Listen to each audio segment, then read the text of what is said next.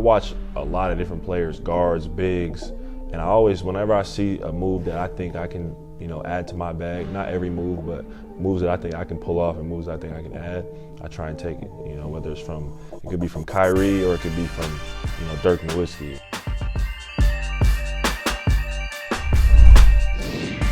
Appreciate you joining the show, my man. Yes, sir. Your first highlight is in the first game of your career. Yeah. Walk me through what you were thinking. Yeah, well, we had just got the rebound and I seen we had an advantage. So my teammate threw it ahead and it was just 2-on-1. And I had my mind made up, I think, when I got to like a couple steps past half court, close to the three-point line, that I was going to dunk it. And then I seen him set up for a charge. I didn't think he was going to step in front of me, though. Yeah. And, when he did, I just knew I was going to have to go up and finish over him. This was your first game. How nervous were you before the game? I really wasn't nervous. I think I got all my nerves out during preseason. Mm-hmm. I had a couple rough games in preseason, but then the last 2 or 3, I think I did good. So going into the first regular season, I was already kind of comfortable, and I think it showed just with the way I played. I felt very under control, and really just was kind of, it was another game. And then after the game, I didn't really realize, how many points and everything I scored. Yeah. And then, everybody was kind of having a crazy reaction. So. That's just what I remember about it. When you're playing against a player that you've seen growing up, maybe it's Steph Curry, LeBron James, Kevin Durant, any different emotions going on through your head? I mean, my rookie year, definitely, you have just the, those are the guys you've grown up watching your whole life. Yeah. KD, Steph, LeBron, and those are the guys that you look up to, you want to be like. And so when you get on the court with them your rookie year, mm-hmm. it definitely is, I think, takes you back at first. Mm-hmm. Nerves get out, you start hooping once that gets out the way. But I think once you start seeing them, though, it becomes regular. And you realize, like, these guys are, they're cool. You can talk to them and stuff like that. So can you walk me through the moment on the start of this? At what point do you know you're gonna do a crossover and kind of attack the basket? Yeah. So if you read, or if you go back, I kind of came off, and Reeves was on me, and then he kind of switched off, and it was Bron, and he was sagging off a little bit, and he was honestly standing a little straight up, and mm-hmm. so I thought, I could hit him with a move and get back to the baseline, because Reeves had just cleared out. Mm-hmm. And then once I got past him, I saw AD, and then I knew if I finished on the right side, he would go up and block that. So I wanted to kind of take his body out of it and finish on the other side and kind of use the rim as protection. Did that one feel a little special because of what we just talked about? No, I mean, I would be lying if I said I didn't feel like that it was dope because it was against Bron and AD. Yeah. You know what I'm saying? But sometimes, I mean, you just get those type of plays. And, we had a good win that game, and it was a pretty good game for me. So definitely was a memorable game. And the shoes I had on that game were like a special pair of shoes. When you're working out with Kevin Durant, we've seen it in the summer. What's the biggest learning that you had during the summer when you're working out with him? The biggest learning, I would say, was just his attention to detail. Mm-hmm. How serious he takes his workouts each and every day, every rep. Mm-hmm. And it really just kind of showed me that, that's the level you got to be able to get to eventually. And so it just, lit a fire under me, because that's where I want to be. And working with him, I feel like it took me to another level in a way. Is there anything from his game that you're trying to add to your own? I would say, just his footwork and his ability to get to his spots, without taking, a bunch of dribbles. He's very efficient in how he gets to his spots, how he rises up, how he scores in general. And that's something that if I was able to even get, half of, that, it would be scary just with my size and strength. So, it's a way, way, way different game than college. Guys are way faster, quicker, smarter, like just in every way. It's a better, much harder competition.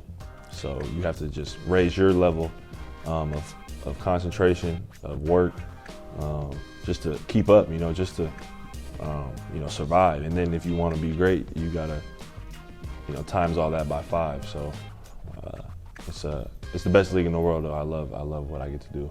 Yeah, the game winner against the Bulls. Into Banchero, 6 on the clock. Paulo Banchero inside for the lead.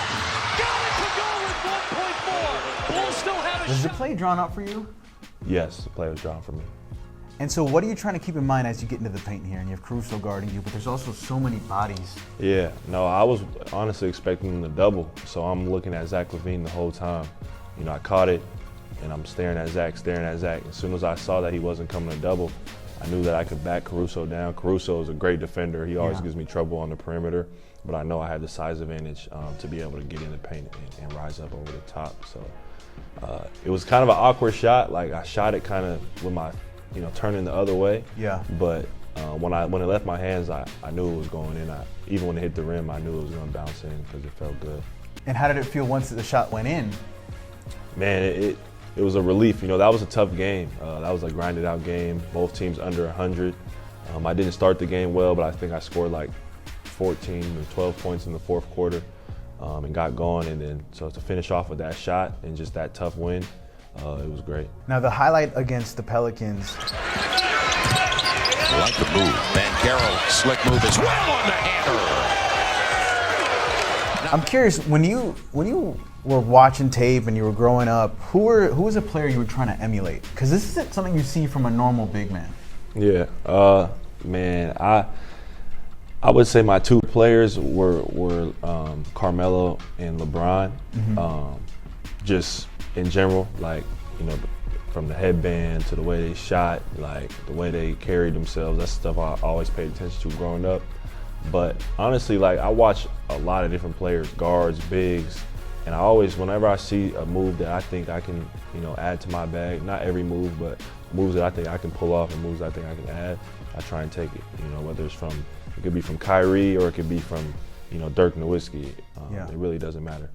Can you walk me through this play in particular? Like, how much of this was just instincts taking over? What did you see that made you kind of attack the basket and also do the crossover?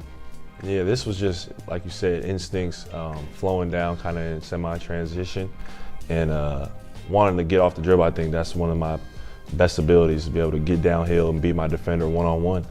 And so I kind of got him off balance with the cross step and then went into a tween cross. And then once I got past him, I knew I had one more defender to finish over and wanted to rise up and finish strong. And that was the first preseason game of the year. So kind of wanted to set the tone just for the team and for myself. I'm just curious, when you look at yourself over these last 18 months, maybe even 2 years, I guess, what's the number one thing you've improved on? I would say my shooting, shooting and ball handling. I've always been good with the ball and able to shoot a fair amount, but I think I've taken it to another level, especially from three. I think from my rookie year to this year, I took a big step, and then I think playing with USA helped me also work on my defense and rebounding as well. So I've really, looked back at stuff I had to work on from my rookie year and tried to attack it in the offseason and really, really work on it, to improve for year two. Last question. The question we ask everybody is, you have highlights where you've done both. Would you rather break someone's ankles or dunk on them? I think a dunk on, just for me, being a forward, I think dunking on somebody kind of means more. It's more, for me, it's more satisfying. You break a guy's ankle sometimes, and you never know. You got to make the shot, or you might pass it, and the teammate may or may not make the shot. So then it's just like a cool move. But dunking on somebody's 2 points, might be a foul, and it's more kind of an in-your-face type thing. Yeah. Paolo, thank you so much for the time, man. Really appreciate the insights, man.